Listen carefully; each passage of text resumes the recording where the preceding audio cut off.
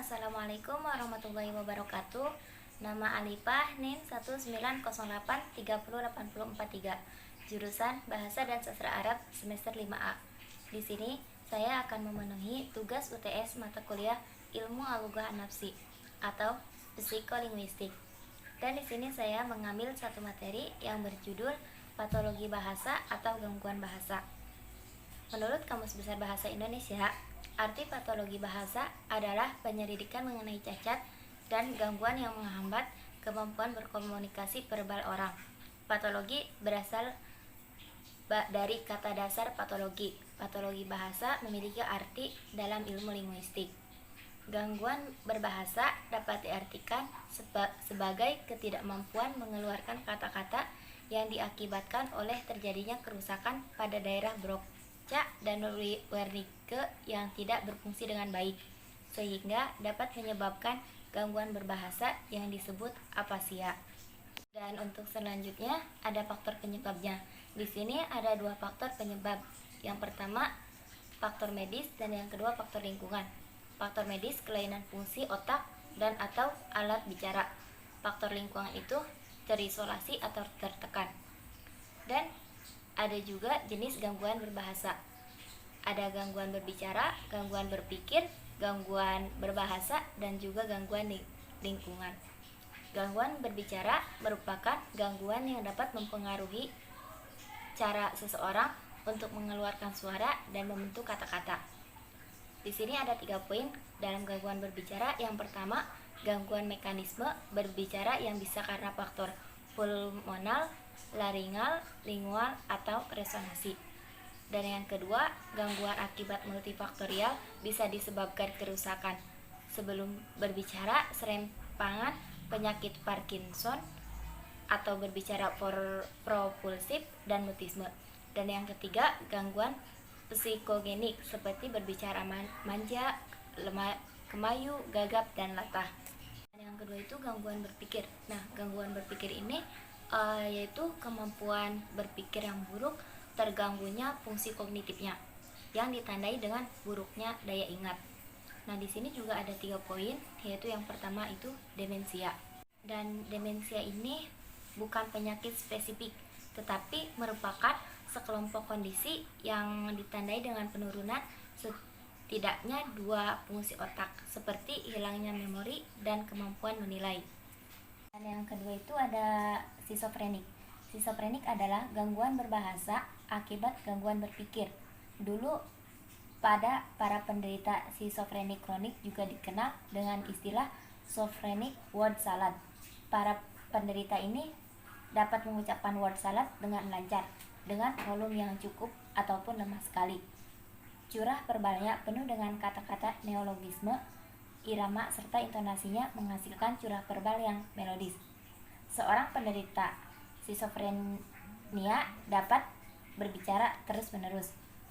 Ocehannya hanya merupakan ulangan curah verbal, semula dengan tambahan sedikit-sedikit atau dikurangi dengan beberapa kalimat. Gaya bahasa skizofrenia dapat dibedakan dalam beberapa tahap menurut berbagai kriteria. Yang utama adalah diferensiasi dalam gaya bahasa skizofrenia, halusinasi, dan pasca halusinasi. Lalu yang ketiga ada depresi.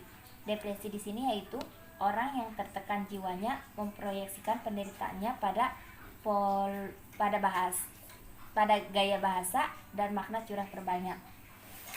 Volume curah verbalnya lemah lembut dan kelancaran terputus-putus oleh interval yang cukup panjang. Namun arah arus isi pikiran tidak terganggu. Kelancaran bicaranya terputus oleh tarikan napas dalam serta pelepasan napas keluar yang panjang.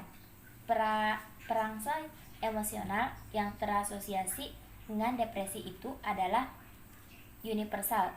Curah verbal yang depresif dicoraki oleh topik yang menyedihkan, menyalahi dan mengutuk diri sendiri, kehilangan gairah bekerja dan gairah hidup, tidak mampu menikmat kehidupan, malah cenderung mengakhirinya. Juga jenis gangguan berbahasa itu yang ketiga ada gangguan berbahasa. Gangguan berbahasa di sini merupakan gangguan yang dapat mempengaruhi cara seseorang mengeluarkan suara dan membentuk kata-kata. Dan di sini terdiri dari dua poin. Yang pertama itu ada asia motorik. Nah, asia motorik di sini terjadi akibat dari terganggunya neuron motorik yang berfungsi untuk meneruskan impuls dari sistem saraf pusat ke otot dan kelenjar yang akan melakukan respon tubuh.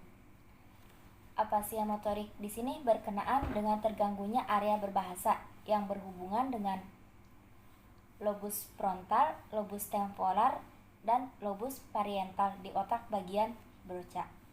Lalu yang poin kedua yaitu afasia sensorik. Nah, afasia sensorik di sini terjadi akibat adanya kerusakan pada leksi kortikal di daerah pada hemisferium yang dominan. Kerusakan itu terletak di kawasan asosiatif antara daerah visual, daerah motorik, dan daerah pendengaran. Penderita afasia